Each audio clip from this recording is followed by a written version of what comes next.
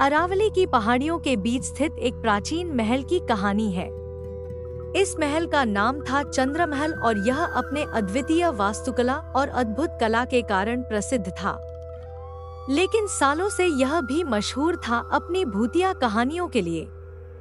इस महल का निर्माण राजा वीर प्रताप सिंह ने करवाया था, जो अपने समय के बहुत ही वीर और बहादुर राजा थे। महल का वास्तुकला अद्वितीय था और इसकी सुंदरता चारों ओर प्रसिद्ध थी। लेकिन एक दुर्भाग्यपूर्ण घटना ने इस महल को अभिशापित कर दिया। राजा वीर प्रताप सिंह की बेटी राजकुमारी मृदुला अपनी सुंदरता और ज्ञान के कारण प्रसिद्ध थी। वह बहुत ही दयालु और स्नेही थी और अपने पिता के लिए प्रेरणा स्रोत थी।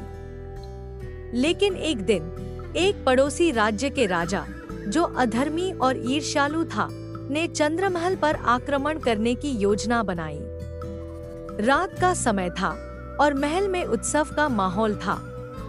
राजा वीर प्रताप सिंह ने अपनी बेटी की बुद्धिमानी और साहस को देखकर उसे राजमहल के सुरक्षा का भार सौंप दिया था। उसी रात आक्रमणकारी राजा ने चुपके से महल में प्रवेश किया और एक भीषण युद्ध छिड़ गया। राजकुमारी मृदुला ने अपनी वीरता और साहस से धूर्त राजा का सामना किया। लेकिन दुर्भाग्यवश एक धोखेबाज सैनिक ने मृदुला को धोखा देकर उसे मार डाला।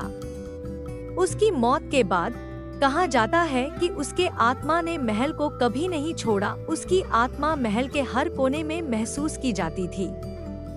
महलों में रात होते ही राजा वीर प्रताप सिंह ने देखा कि उनकी बेटी की आत्मा रोते हुए महल के गलियारों में घूमती थी। कई सेवकों ने भी बताया कि उन्होंने मृदुला को महल में देखा है।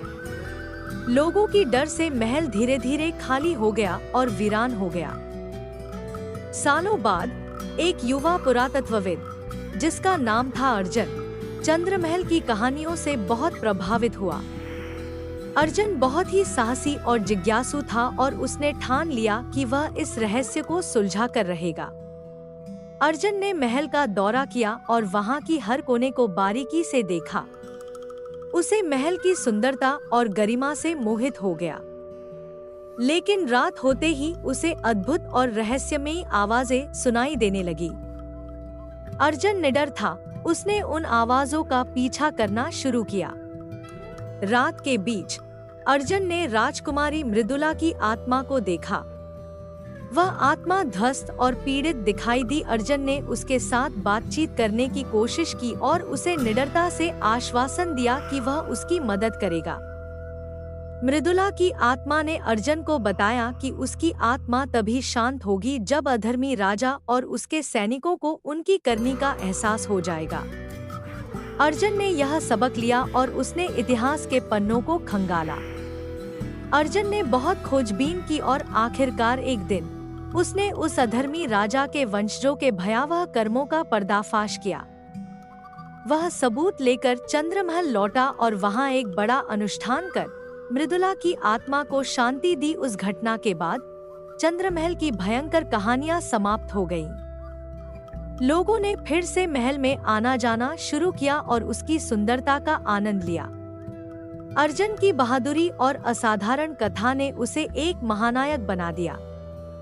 आज भी चंद्रमहल अपनी रहस्यमयी महिमा और अद्वितीय वास्तुकला के लिए प्रसिद्ध है, लेकिन लोगों को मृदुला की आत्मा का साया अब कभी महसूस नहीं होता।